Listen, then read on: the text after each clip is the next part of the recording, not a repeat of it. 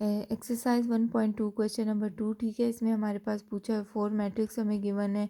इसमें हमें पूछा गया है कि कौन सा मैट्रिक्स जो है वो किसका ट्रांसपोज है। ठीक है, हमने इसमें से ये बताना है। तो इसके लिए हम देखेंगे क्वेश्चन नंबर 2। क्वेश्चन नंबर 2 में हमारे पास जो है 4 मैट्रिक्स गिवन है। ठीक है, ए is equal to A1 A2 B1 B2, ये हमारे पास ए है। बी जो है वो हमारे पास A1 B1 है, A2 B2 है, और इसी तरीके से सी मैट्रिक्स भी है, डी बी। ठीक है, अब हम ए को देख लेंगे तो हम चेक करते हैं ये बी का ट्रांसपोज है कि नहीं। ठीक है, तो बी मैट्रिक्स जो है वो हमारे पास है A1 B1, यानी इन्होंने A1 A2 को जो है वो कॉलम फॉर्म में लिख लिया है। A1 A2 रो में है, इसको हमने कॉलम में लिख लिया। B1 B2 रो है, इसको कॉलम में लिख लिया। इसका मतलब है कि ए जो है वो बी जो है वो ट्रांसपोज है ए का। तो हम इसका लिख देंगे सोल्यूशन में बी मैट्रिक्स जो है वो ट्रांसपोज है। B matrix is the transpose of matrix A. ठीक है, बी जो है वो ए का ट्रांसपोज है। अब हम डी को देख लेंगे तो डी मैट्रिक्स में सी जो है वो -3 1 -1 है। डी में इसको कॉलम फॉर्म में लिखा हुआ है। ठीक है, सी जो है वो सेकेंड रो में 4 2 7 है, इसी तरह डी में उसको कॉलम में लिखा है। तो इसका मतलब है कि डी जो है वो ट्रांसपोज है सी का। ठीक है, क्योंकि रोज़ को कॉलम फॉर्म में लिखा हुआ है। तो इसी तरह हम इसमें लिख लेंगे कि डी मैट्रिक्स जो है D matrix is the transpose of transpose of matrix C. ठीक है, तो इस क्वेश्चन नंबर 2 में हमने बस ये बताना था कि कौन सा मैट्रिक्स किस ट्रांसपोज है कि नहीं। तो बी मैट्रिक्स जो है वो ए का ट्रांसपोज है। ठीक है, क्योंकि बी में हमने ए के मैट्रिक्स को कॉलम फॉर्म में लिखा हुआ है रोज़ को, और इसी तरह डी को अगर हम देखें तो सी का जो है वो ट्रांसपोज है, यानी हमने डी मैट्रिक्स को रोज़ जो है उसको हमने कॉलम फॉर्म में लिखा है। ठीक है, ये क्वेश्चन नंबर 2 हो गया हमारे पास। 1.2 question number 3, which of the following matrices are symmetrics. इसमें कौन सा मैट्रिक्स जो है वो सिमेट्रिक है कि नहीं, तो ये हमने बताना है। इसका फर्स्ट पार्ट जो है ए हमारे पास है 5 -7 -1 5।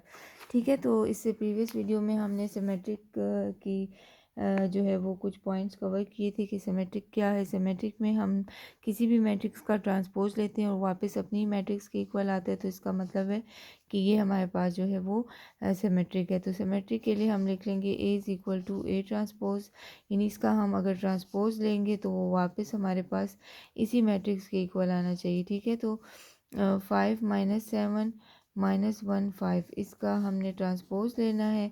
तो ए ट्रांसपोज अगर हम इसका लेंगे तो हमारे पास 5 -7 रो है, तो इसको हमने कॉलम में लिखना है जैसा हम ट्रांसपोज फाइंड करते हैं। -1 5, इसको भी हमने जो है वो कॉलम में लिख लेना है। ठीक है, तो अगर हम इसका ट्रांसपोज लिया तो हम देखेंगे कि क्या ये वापस जो है ए के इक्वल आ रहा है कि नहीं। ठीक है, तो ए ट्रांसपोज को अगर हम देखें तो ये वापस अपने ही ए पार्ट के इक्वल नहीं आ रहा। ठीक है, यहाँ पे -1 है, यहाँ पे -7, तो इसका मतलब है A is not a symmetric. ठीक है, क्योंकि सिमेट्रिक में हम जब ट्रांसपोज लेते हैं वो वापस अपने ही मैट्रिक्स के इक्वल आना चाहिए।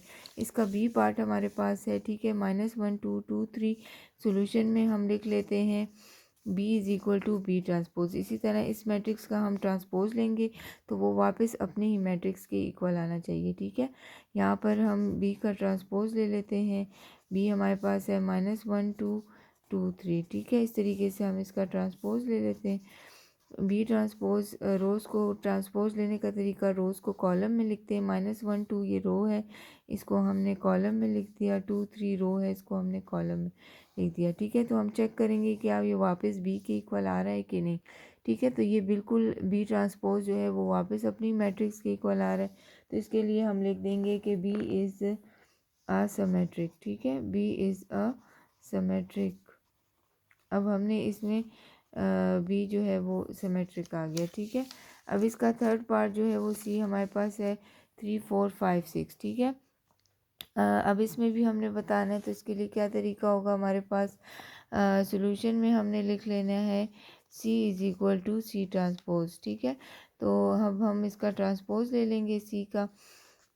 सी में 3 4 5 6 है, 3 4 5 6। ठीक है, अब इसका ट्रांसपोज लेने का तरीका इसी तरह है, रोज़ को कॉलम में लिखना है, 3 4 को हम कॉलम में लिख लेंगे, 5 6 को भी हम कॉलम में लिख लेंगे, ठीक है। तो इस तरीके से जब हमने इसका ट्रांसपोज लिया तो हमने देखा कि ये वापस अपने ही वैल्यू के इक्वल नहीं आ रहा, ठीक है। यहाँ पर जो है वो 4 है, 5 है, यहाँ पर जो है इसका ट्रांसपोज 4 है। इसका मतलब है C is not a symmetric, ठीक है। जब भी हम ट्रांसपोज लेंगे सिमेट्रिक में वो वापस अपने ही मैट्रिक्स के इक्वल आना चाहिए, ठीक है। अब हम डी को देख लेते हैं। सॉल्यूशन में हम लिख लेते हैं D is equal to D transpose, यानी इसका ट्रांसपोज ले लेंगे हम, ठीक है। 1 2 3 4 5 6, इसका ट्रांसपोज लेने का क्या तरीका है, रोज़ को कॉलम में लिख लेते हैं, ठीक है। 1 2 3 ये रो है, इसको हमने कॉलम में लिख लिया। 4 5 6 ये भी रो है, इसको हमने कॉलम में लिख लिया इस तरीके से, ठीक है। तो हमने देखा कि ये वापस अपने ही डी के इक्वल नहीं आ रहा, ठीक है। यानी इसका ट्रांसपोज अपने मैट्रिक्स डी के इक्वल नहीं आ रहा, इसके नंबर जो हैं वो चेंज है, ठीक है। तो इसका मतलब है इसमें हम लिख देंगे D is not a symmetric, ठीक है, कि डी जो है वो सिमेट्रिक नहीं है। इस तरीके से हमने जो है वो क्वेश्चन नंबर 3 जो है एक्सरसाइज 1.2 का क्वेश्चन नंबर 3 को कवर किया।